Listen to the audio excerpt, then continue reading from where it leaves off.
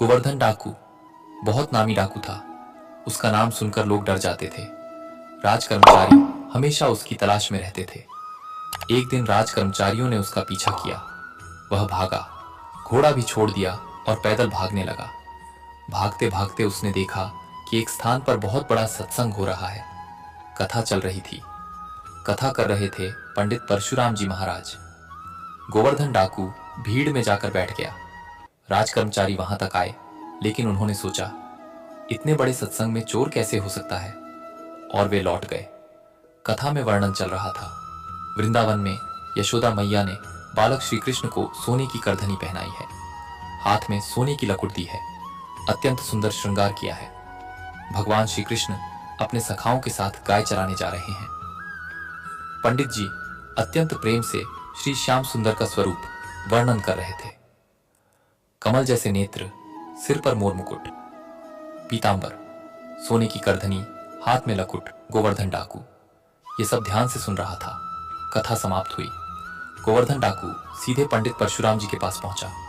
उसने चाकू निकालकर पंडित जी के गले पर रख दिया और बोला, उस बालक का पता लिखो जिसके पास इतना सोना चांदी है। पंडित जी समझ गए कि यह कोई साधारण व्यक्ति नहीं है। उन्होंने पूछा, तुम कौन हो? वह बोला, मेरा नाम गोवर्धन डाकू है। पंडित जी बोले, मथुरा क्षेत्र, वृंदावन, बाप का नाम नंद बाबा, नाम कन्हैया, श्याम सुंदर, काम गाय चराना।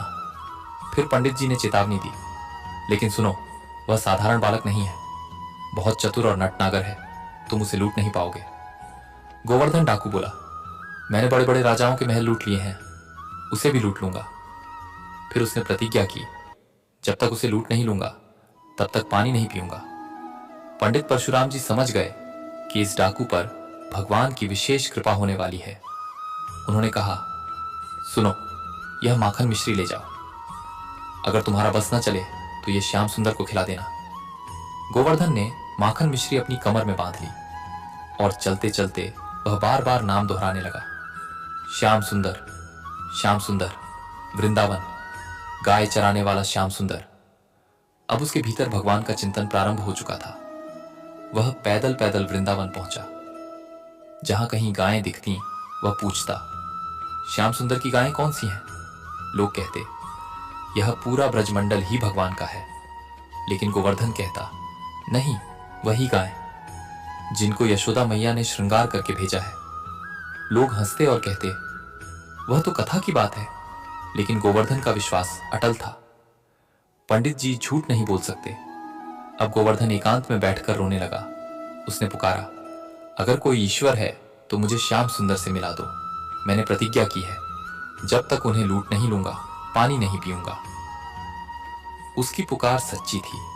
तभी एक ग्वाल बाल की आवाज आई, अरे श्याम सुंदर, तुम्हारी गायें उधर जा रही हैं। गोवर्धन ने उधर देखा।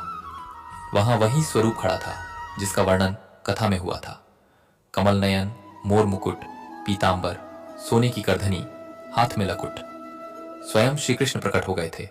उनके साथ सखा और गायें भी थीं। गोवर्धन ने तुरंत चाकू निकाल लिया। भगवान मुस्कुराने लगे। उन्होंने अपने सखाओं को संकेत किया, तुम लोग जाओ, इसे हमें अकेले में निहाल करना है। गोवर्धन बोला, तू डरता नहीं है? भगवान बोले, मैं काल से नहीं डरता, तुमसे क्या डरूं? गोवर्धन बोला, मेरा नाम नहीं सुना होगा, मैं गोवर्धन डाकू हूं। भगवान मुस्कुराए, गोवर्धन ही तो नाम है ना, मेरा नाम गोवर्धनधारी है। गोवर्धन को पंडित जी की बात याद आई। उसने माखन मिश्री निकाली और बोला, लो, पहले ये खाओ। भगवान ने प्रेम से माखन मिश्री खाई।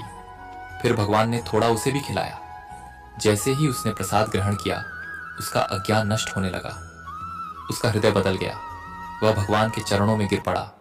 अब वह डाकू नहीं रहा। उसका हृदय भक्ति से भर गया।